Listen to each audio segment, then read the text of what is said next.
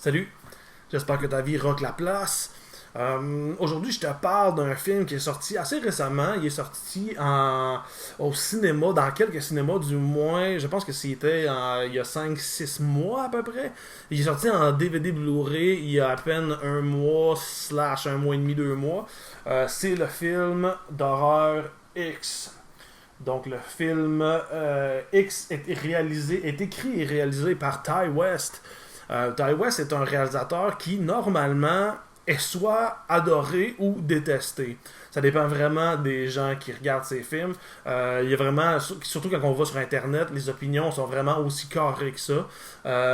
Parce que Ty West fait des films majoritairement très, très, très, très lents. Donc, c'est des films où l'histoire se déroule lentement, mais surtout à cause du fait que l'histoire du film est quasiment en second plan. Parce que généralement, en tout cas du moins les films que j'ai vus de lui, c'est les personnages et le film se focus vraiment sur le développement des personnages, ce qui fait que l'histoire est comme un peu décalée avec les personnages, puis est comme quasiment en second plan. Fait que tu sais, c'est quand même particulier. Puis il y a beaucoup de monde qui déteste ça parce que tu sais, surtout dans une génération comme aujourd'hui où ce que les films sont super rapides, puis il y a plein d'affaires qui arrivent, puis tu sais, surtout avec les téléséries sont faites comme ça ici, puis c'est très très très populaire. Donc des films comme ceux de Ty West peuvent un peu endormir des gens qui s'attendent à du gros spectacle intense. Moi, personnellement, je suis un peu posé sur lui. J'aime bien ce qu'il fait.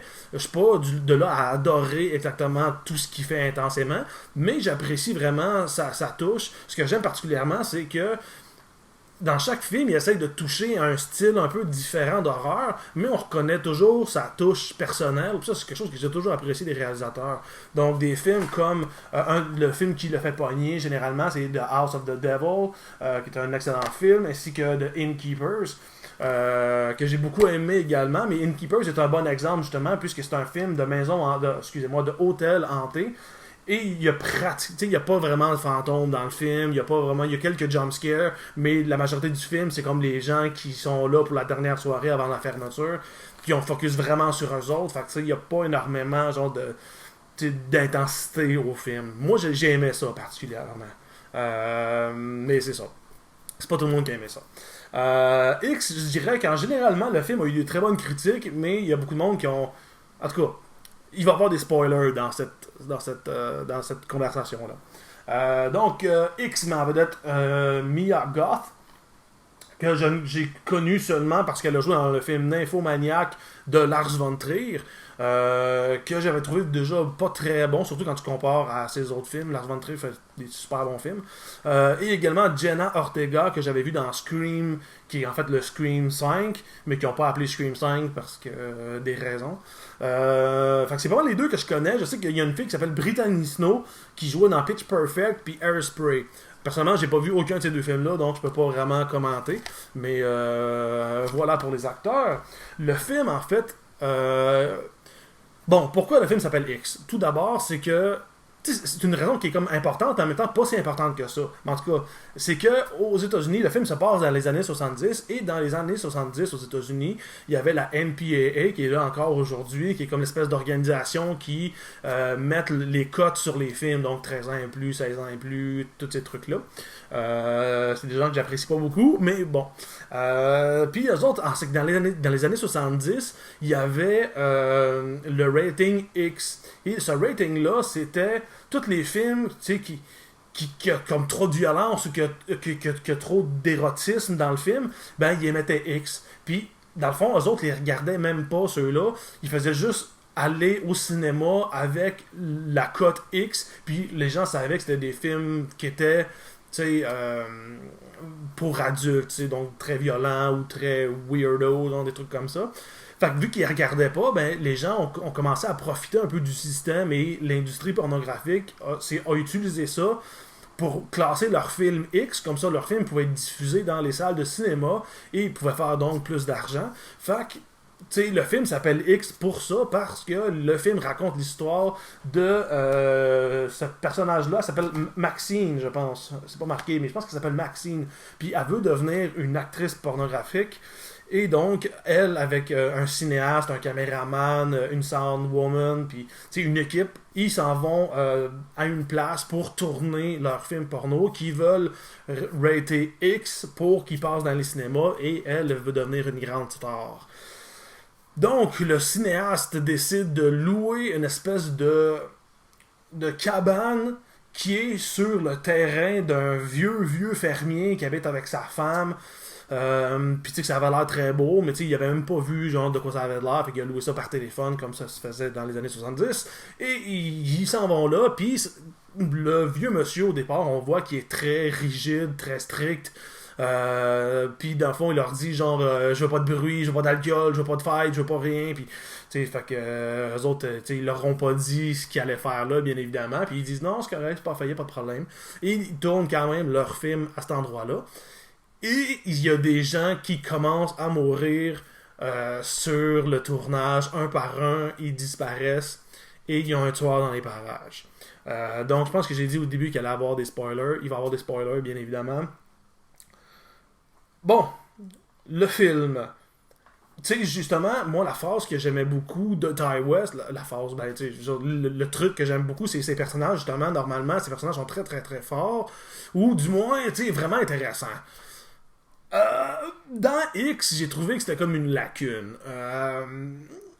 Le personnage principal est comme vraiment ennuyante selon moi. Je la trouve pas super intéressante. Je dis pas que l'actrice est pas bonne, mais le personnage est comme plate. Il arrive pas grand chose. Puis tu sais, elle est pas si importante. Puis même il y a un moment donné dans le film où je n'étais pas là pendant quasiment une demi-heure. Puis tu sais, elle est comme vraiment plus là, plus importante. Tu vois.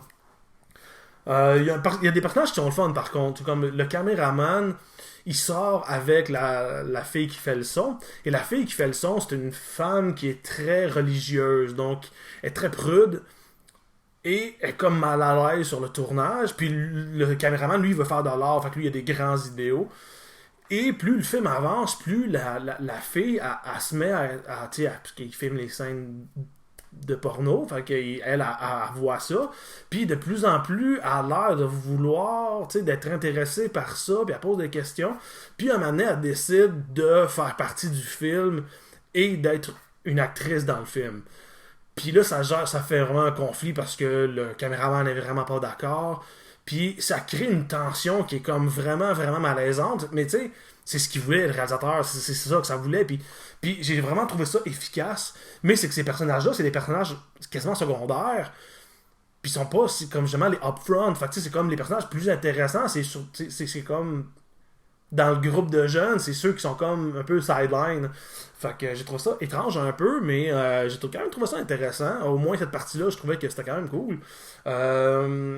Les autres personnages que j'ai beaucoup aimés, c'est les vieux, surtout la madame, pis c'est fou parce que ce film-là nous fait, tu sais, parle de thèmes justement comme la vieillesse, la jeunesse, tu sais, regarder en arrière, tu sais, quand on vieillit, on se met de plus en plus à penser à notre jeunesse ou à notre adolescence, puis tu sais, c'est pas pour rien aussi qu'en ce moment, tu sais, la culture pop est super nostalgique parce qu'on baigne là-dedans, tu sais, c'est super fort ce sentiment-là, puis tu sais, à chaque fois qu'on vieillit, ben tu sais, on regarde en arrière, on fait comme j'aimerais ça retourner ou faire telle affaire, ou avoir ma jeunesse, mon énergie, tout ça. Puis le film deal vraiment avec ces sentiments-là, et même plus que ça, la vieille madame, dans le fond, tu sais, elle a comme raté un peu sa vie. Elle a vraiment passé à côté. C'est pas. En tout cas, je l'ai vu seulement une fois, fait que je me rappelle plus de tout, mais il me semble que c'était pas tant expliqué pourquoi, mais tu sais, je pense qu'elle voulait devenir une danseuse, une ballet, genre une danseuse de ballet, puis ça a pas marché, puis elle a vécu une petite vie, genre, dans une maison, là, dans le fin fond de nulle part, puis tu sais, elle a vraiment un regard vraiment amer sur la vie, puis des fois, elle voit les jeunes qui arrivent là, tu sais, plein d'énergie, plein de sexualité, de manière elle se met à les observer, puis à les stalker un peu, elle regarde dans les fenêtres, puis elle voit, tu sais, les relations sexuelles, puis tu sais, à cet âge-là, tu sais, c'est plus possible, tu sais, surtout dans les années 70. Aujourd'hui, ils ont inventé plein de gogos pour consulter Viagra, pis des trucs comme ça. Pis, en tout cas, c'est une autre vidéo ça, pour parler, mais tu sais, reste que c'est des thèmes que quand tu réfléchis à ça, tu fais comme, ouais, ça peut paraître tabou de parler de ça, particulièrement la sexualité chez les personnes âgées, parce que tu sais, c'est des humains quand même, puis tu sais, c'est comme même s'ils ont pu le corps ou l'habileté de le faire, tu sais, le désir est quand même là, ou tu sais, c'est sûr, puis en plus, quand t'es nostalgique, tu regardes le passé, puis en tout cas, moi j'ai trouvé que c'était comme cette partie-là est vraiment forte du film. Puis c'est ce qui fait que selon moi le film se démarque.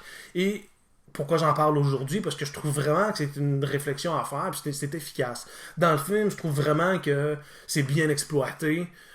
Ça aurait pu l'être plus, selon moi encore, mais ça l'est quand même bien exploité assez pour qu'on puisse s'arrêter, puis réfléchir, puis en discuter, genre. Fait que, tu sais, j'ai trouvé cet aspect-là vraiment intéressant. Puis comme je dis, c'est ce qui drive le film, selon moi. C'est sûr que, bon, ben là, tu sais, comme on dit, spoiler, c'est la madame qui tue les jeunes. Beaucoup de monde font comme ça n'a pas rapport, là, comme full faible, c'est une vieille madame. Oui, mais tu sais, quand tu regardes le film, souvent c'est comme elle les prend par surprise. Donc, tu sais, les gens sont comme est-ce que vous allez bien, madame? Puis bang, tu sais, couteau dans la gorge, tu sais, des trucs comme ça. Fait que, tu sais, c'est plus par surprise. Fait que, tu sais, c'est comme ça marche, tu sais. Les meurtres sont quand même très gore. Je peux pas dire qu'ils sont originaux, mais leur brutalité est quand même assez intense. Particulièrement deux en général que j'ai dans ma tête en ce moment. Le premier meurtre qui est commis, lui est particulièrement agressif. Puis il y en a un autre plus tard dans le film aussi que j'ai trouvé quand même assez rough. Mais ouais, c'est ça. C'est pas des kills super originales à la Jason qui tire, il fait des trucs genre super crazy. Ça reste des poignardages, des trucs simples.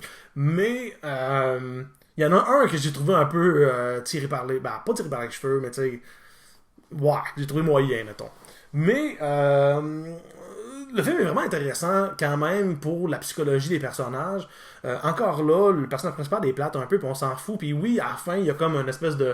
Tu sais, puisque tout le long, on entend l'espèce de preacher américain qui parle genre de l'immoralité, puis dans le fond ils disent qu'ils ont perdu leur jeune fille, puis là dans le fond, je sais pas, on pense que c'est comme peut-être lié avec les vieux, puis en fait non, dans le fond c'est que c'est les parents de la jeune fille justement, donc tu sais ils l'ont perdue parce qu'elle a décidé de se joindre à de la porno puis tout ça, genre. Fait que mais c'est ça, tu sais, il y a une grosse partie du film que c'est vraiment sur les adolescents, jeunes adultes. Puis dans un film slasher normal, ça me dérange moins. Puis dans celui-là, vu que les personnages étaient pas si intéressants, j'ai trouvé qu'il manquait un peu. Genre, il manquait de quoi? Genre, il manquait la touche Ty West vraiment un petit peu plus intéressante qu'on a d'habitude. Mais bon, je conseille le film pareil. Je trouve que c'était vraiment un film à voir, particulièrement pour justement certaines scènes assez tabous. Puis quand on regarde aussi le making-of du film, c'est ce que le réalisateur voulait faire. Il disait qu'il s'ennuyait un peu de l'époque où les films étaient plus tabou justement, tu sais, brasser des affaires, que c'était pas tout le temps, tu sais, comme les films d'horreur hollywoodiens, tu sais, c'est super safe, c'est tout le temps le même type de truc, où il y a des trucs épeurants qui se passent, puis le trois quarts du film, c'est comme une espèce d'enquête, où ce qui essaye de découvrir pourquoi ça se passe, puis comme la fin qui est comme épeurante, puis les gens qui s'en tirent normalement, c'est tout le temps un peu la même structure, puis Ty West disait justement, tu sais, qu'il s'ennuyait des années, tu sais, 70-80, où il y avait vraiment une originalité, puis une liberté plus grande, pour les réalisateurs qui fassent des films justement qui parlent de trucs un petit peu plus touchés. Donc il y a comme des scènes touchées là-dedans. Particulièrement il y a une scène de sexe entre le vieux monsieur et la madame. Fait que ouais, c'est comme ça peut définitivement être considéré tabou. L'autre truc que je trouve un peu particulier, c'est que j'ai trouvé que la tension était bien gérée. Un coup que la tension commence, c'est bien manipulé, c'est bien fait. C'est juste que dans le fond, le climax du film, donc vraiment comment le film se résout, j'ai trouvé ça un peu weak, un petit peu. Parce que, tu sais, justement, les personnages vilains, étant assez vieux, tu sais, sont pas super forts. Fait tu sais, ils se font quand même... Tu sais, ils se font avoir un peu facilement, entre guillemets. Mais c'est réaliste que ça se passe de même. C'est juste que ça aurait été le fun d'avoir un petit challenge de plus, tu sais, je sais pas, qu'il y a eu une poursuite, je sais pas, tu sais, il y en a eu une, mais tu sais, ça s'est vite déroulé, ça s'est vite fait, j'ai l'impression. Puis, même si c'est réaliste, j'ai trouvé ça un petit peu dommage.